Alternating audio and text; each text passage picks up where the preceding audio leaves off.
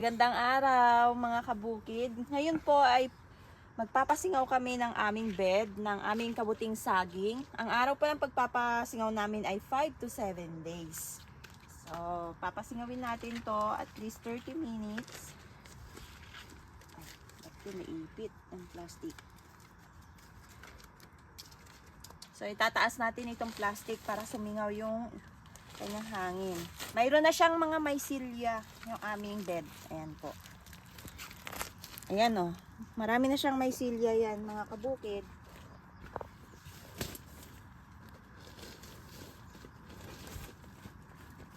Ayan o. Makapal na nga po o dito sa kabila.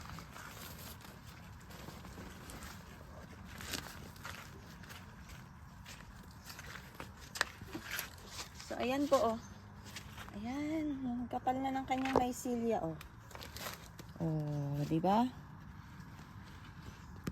Ginamitan ko ito ng katawan ng saging dahil pag mainit ang panahon, mabilis kasing matuyo yung ating dahon. Pero may part kasi siya na dry na, mamaya babasain naman natin. Dito part sa side, ayan. Nag-dry na yung dahon, kaya babasain natin yan mamaya. So doon sa top naman hindi, kasi nga nilagyan natin itong katawan ng saging para hindi siya kaagad matuyo. So mga kabukid, ang pagbabasa po ng ating dahon ng saging, kapag ano po, wala pa siyang pinheads.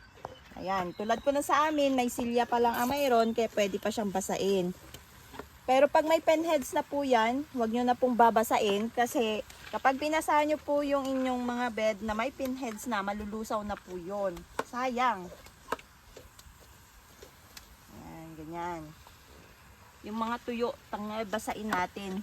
Tapos, mayroon, iba't iba kasi ang practice mga kabukid eh. May nagpapasingaw po na ng 5 minutes, may nagpapasingaw din ng 15, at mayroon ding 30 minutes. Kasi kailangan talagang mapalitan yung hangin niya. Ganyan ang gawin natin.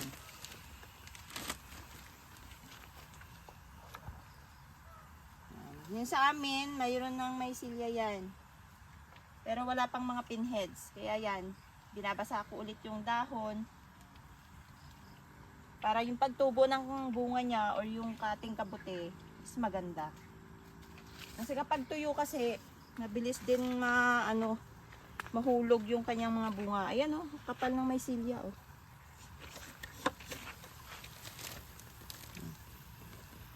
Ayun oh, grabe oh, kapal.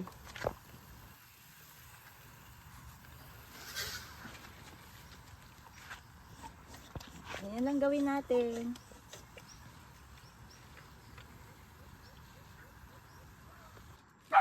Mga kabukid, ginagawa po yung pagpapasingaw dito sa ating bed para po matanggal yung hangin o yung carbon dioxide dito sa loob ng ating bed at mapalitan ito ng bagong oxygen. Ganyan po ang ating ginagawa. Kasi syempre po, yung papabulok na dahon ng saging, magkakaroon po yan ng carbon dioxide. Ayan. Kaya pag binuksan natin, mawawala siya, mapapalitan ng bagong hangin. Tapos ito po, dahil malamig na po yung ating bed, tatakpan na natin ito.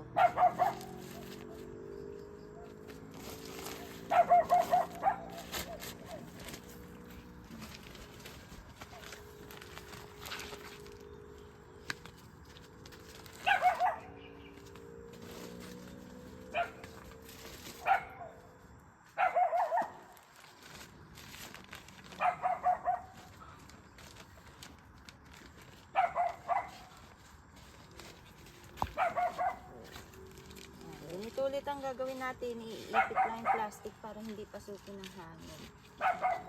Ang ating cover sa kanya.